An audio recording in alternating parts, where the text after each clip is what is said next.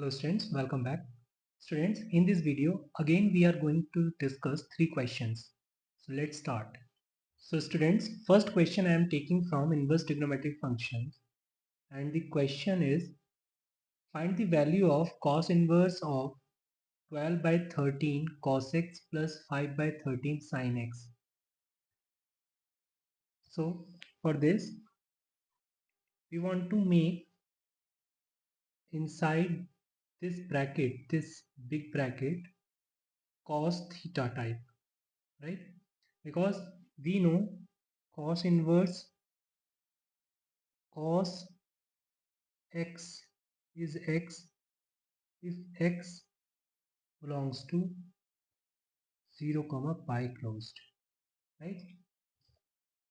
Or maybe other thing, it depends on the interval of the argument of cosine, right? So now let's say 12 by 13 is equal to cos theta. So if 12 by 13 cos theta, then 5 by 13 becomes sin theta, right? So therefore cos inverse of 12 by 13, in place of 12 by 13 I will write cos theta, cos x as it is, plus sin theta, sin x. So now it becomes cos of theta minus x, or you can say x minus theta. Both are correct, right?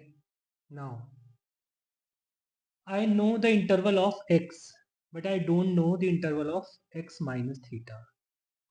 But we can find the interval for x minus theta as well, as cos theta and sin theta we know already.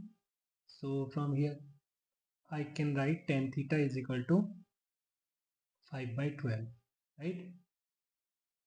So 5 by 12 is less than 1, so I can say theta is less than pi by 4, because from 0 to pi by 2 tan theta is an increasing function.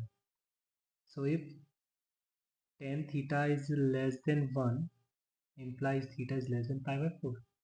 Okay, now as x is lying between pi by 2 to 3 pi by 4, so implies x minus theta will lie between pi by 2 minus theta to 3 pi by 4 minus theta. But theta is less than pi by 4, so x minus theta will be greater than pi by 4, and will be less than 3 pi by 4, or you can say greater than pi by 2, right? So but we can say for sure that x minus theta will lie between 0 comma pi, right? For sure. Therefore cos inverse cos x minus theta will become x minus theta, right? And theta is nothing but tan inverse 5 by 12, so x minus tan inverse 5 by 12. So it must be one of the options. So x minus tan inverse 5 by 12. Option third is correct. Now students, let's move to next question.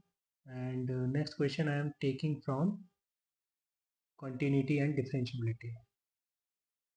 Next question is बच्चे, if a function fx is equal to 2 upon x times sine of k1 plus 1 times x plus sine of k2 plus 1 times x when x is less than 0, 4 when x is equal to 0, and 2 upon x ln of k2x plus 1 upon k1x plus 1 when x is greater than 0.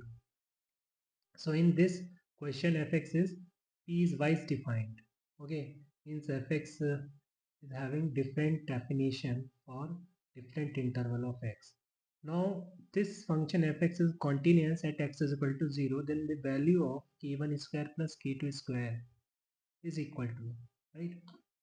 So question function is continuous at x is equal to 0. So if fx is continuous at x is equal to 0, it implies limit, left hand limit at x is equal to 0 must be equal to right hand limit at x is equal to 0 and is equal to the functional value at x is equal to 0. As function value is 4, it is already given. Now we have to find limit at x is equal to 0, and in limit we have to find LHL and RHL both. So now LHL at x is equal to 0.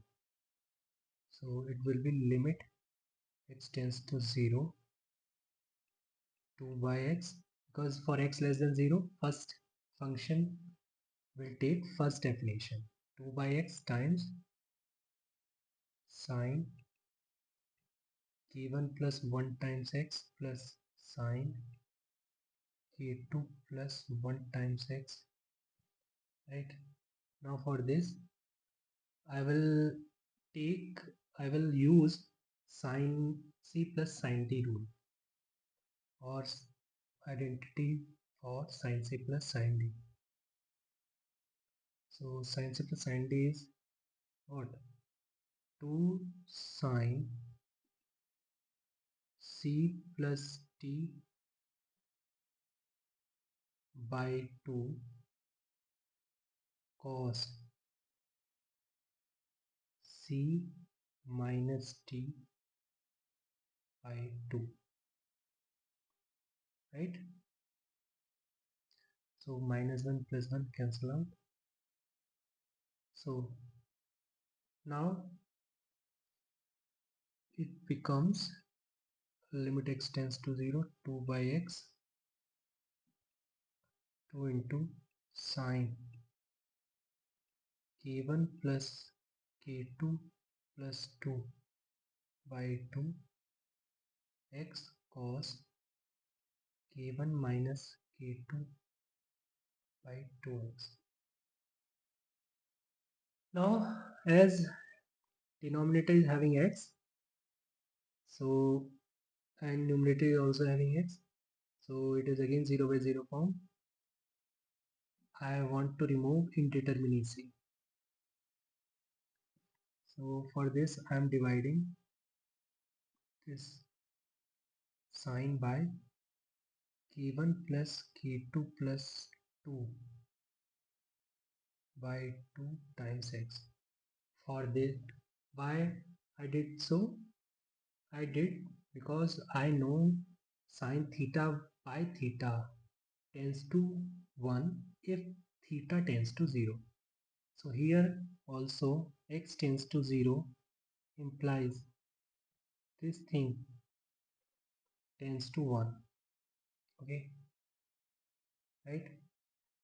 But if I divide, then I have to multiply also.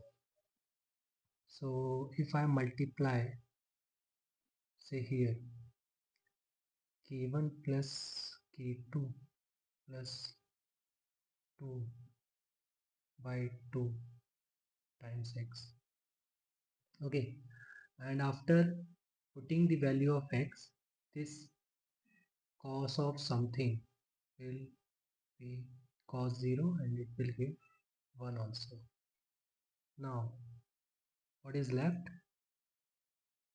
2 by x k1 plus k2 plus 2 on 2, okay, and 2 is from this, right, and into x, so x cancel out, 2 cancel out, right? So LHL becomes 2 times K1 plus K2 plus 2, right? So according to question is function is continuous, so LHL must be equal to f of 0, which is 4, right? So 2 2s are 4. So K1 plus K2 plus 2 is equal to 2 gives you K1 plus K2 is equal to 0, right? Now also RHL at x is equal to 0. So limit x tends to 0, 2 by x ln k2x plus 1 upon k1x plus 1.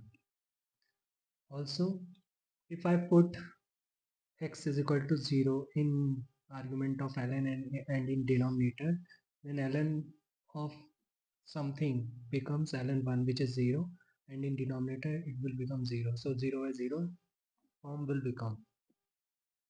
Now this is indeterminate form. Again I have to eliminate this form. So 2 by x as it is, I can write ln k2x plus 1 minus ln k1x plus 1, right? And this 1 by x I will take inside the bracket. So this will look like this. Okay. Now I know one form also, and that form is ln 1 plus x upon x if limit x tends to 0 is 1, right? So if argument of ln is having x, then denominator must contain x. So here in ln argument is having k2x, so I am multiplying x by k2. For this I will multiply denominator by k2, and in second term I will multiply with k1 and k1, numerator and denominator part. So this will become like this, 2 times k2 minus k1, and again according to question this 2 times k2 minus k1, which is RHL, must be equal to 4. So k2 minus k1 becomes 2. This is equation 2. This is 1 and this is 2. So from 1 and 2 I can find k1 and k2. From 1 and 2, k1 is, so in place of k2 I am writing minus k1 already is equal to 2. So k1 becomes minus 1.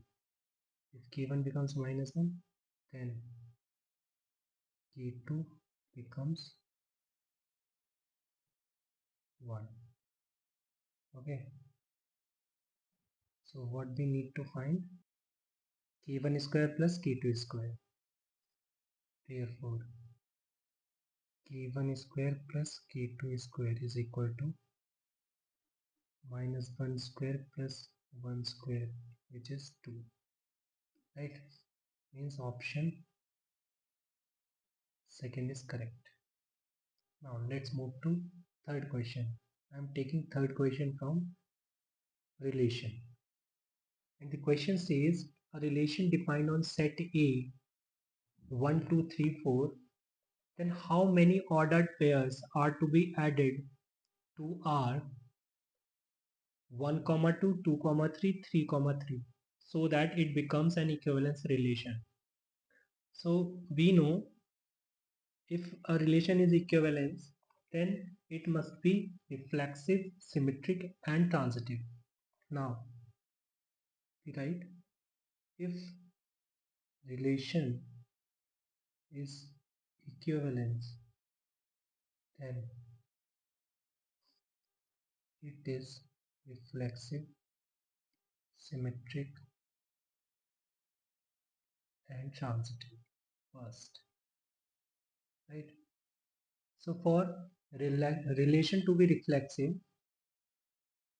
there are ordered pairs 1 1, 2 2, 3 3, and 4 4. But 3 3 is already present, so 4 4 must be there.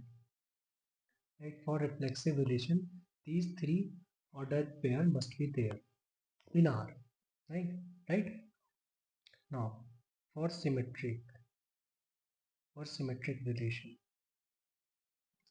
if A comma B is present, then B comma A must be there. Now, if 1 comma 2 is there, 1 comma 2 is present, right? So 2 comma 1 must be there. Okay. And if 2 comma 3 is present, then 3 comma 2 must be there. Okay. Now, for transitive, if A comma B, B comma C are present, then A comma C must be there.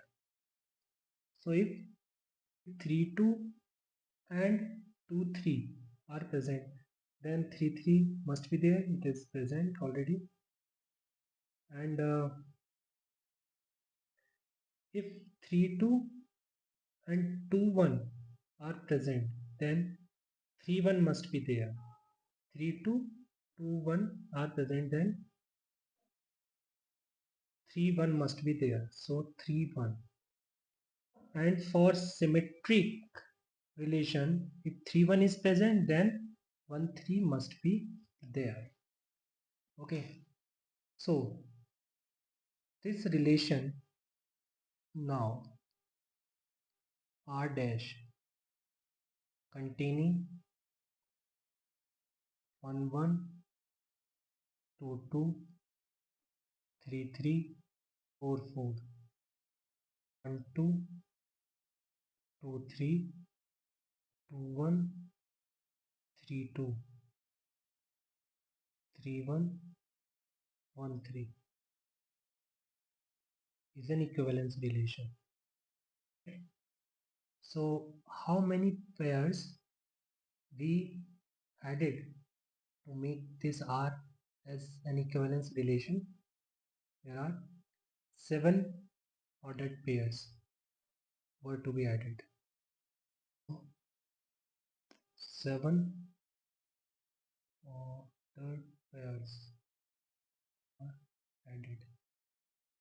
So answer is 7. So students, let's meet in next video. Till then, bye bye. Take care.